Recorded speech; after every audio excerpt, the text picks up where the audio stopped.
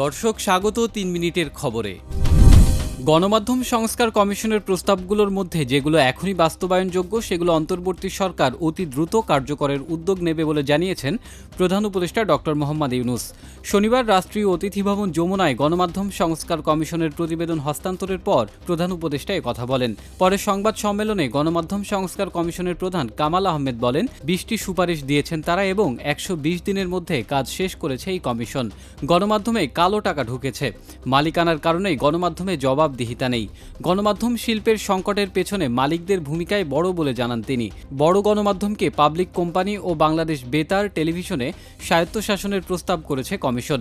বাসসকে জাতীয় সম্প্রচার সংস্থার সঙ্গে একীভূত করার পরামর্শও দিয়েছে কমিশন। সকল রাজনৈতিক দলের সঙ্গে আলাপ আলোচনার মাধ্যমে স্বল্প সময়ের মধ্যে জাতীয় ঐক্যমত তৈরি করা সম্ভব হবে বলে মনে করেন জাতীয় ঐক্যমত্য কমিশনের সহসভাপতি অধ্যাপক আলী রিয়াজ। শনিবার জাতীয় সংসদের এলডি হলে খেলাফত মজলিসের সঙ্গে বৈঠক হয়। পরে আলোচনায় অংশ নেয় বাংলাদেশ লেবার পার্টি। সংস্কার প্রশ্নে জাতীয় ঐক্যমত্য সৃষ্টির লক্ষ্যে রাজনৈতিক দলগুলোর সঙ্গে জাতীয় ঐক্যমত্য কমিশনের আলোচনা বৃহস্পতিবার থেকে শুরু হয়।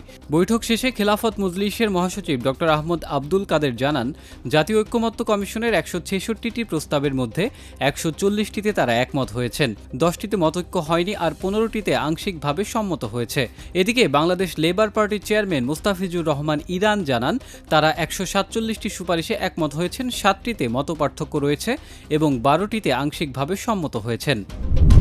বিএনপির মহাসচিব মির্জা ফখরুল ইসলাম আলমগীর বলেছেন, অন্তর্বর্তী সরকারকে নিরপেক্ষ থাকতে হবে, কারো ফায়দা হাসিলের এজেন্ডা যেন তাদের কর্মপরিকল্পনার অংশ না হয়। শনিবার সকালে রাজধানীর গুলশানে বিএনপি চেয়ারপারসনের কার্যালয়ে এক সংবাদ সম্মেলনে এসব কথা বলেন তিনি। বিএনপির মহাসচিব বলেন, অন্তর্বর্তী সরকারের কোনো উপদেষ্টা ক্ষমতায় থেকে রাজনৈতিক দল গঠনের প্রক্রিয়ায় প্রত্যক্ষ বা পরোক্ষভাবে জড়িত থাকায় জনমনে সংশয় তৈরি হয়েছে। এটি গণতন্ত্রের জন্য ভালো নয় বলে উল্লেখ করেন তিনি। এমন কোনো কাজ করা যাবে না যাতে ফ্যাসিবাদ বিরোধী ঐক্য নষ্ট হয়। ঐক্য অক্ষুণ্ণ রেখে দেশকে এগিয়ে নিতে হবে বলেও জানান তিনি। সংস্কার না নির্বাচন আগে এমন বিতর্ক সৃষ্টির কোনো সুযোগ নেই। সংস্কার ও নির্বাচন একই সঙ্গে চলতে পারে বলেও জানান তিনি। অতি দ্রুত আওয়ামী লীগ নিষিদ্ধের দাবি জানিয়েছেন জাতীয় নাগরিক পার্টির নেতারা। শনিবার বিকেলে আওয়ামী লীগ নিষিদ্ধের দাবিতে রাজধানীর শাহবাগ মোড়ে বিক্ষোভ সমাবেশ করেন দলটির নেতাকর্মীরা। এনসিপি নেতারা দ্রুত আওয়ামী লীগের নিবন্ধন বাতিলের জন্য অন্তর্বর্তী সরকারের কাছে দাবি জানান। তারা বলেন, আওয়ামী লীগ এখন কোনো রাজনৈতিক দল নয়, তারা গণহত্যার দায়ে অভিযুক্ত। এ ব্যাপারে সব দলকে ঐক্যবদ্ধভাবে আন্দোলনের আহ্বানও জানান এনসিপি নেতারা। তারা বলেন, বিদেশি শক্তিগুলো স্বৈরাচারী দলটিকে পুনর্বাসনের চেষ্টা করছে। কক্সবাজারের টেকনাফের নাফ নদীর শাহপরী দ্বীপ এলাকা দিয়ে মিয়ানমার থেকে নতুন করে অনুপ্রবেশের চেষ্টার সময় ট্রলার ডুবির ঘটনা ঘটেছে।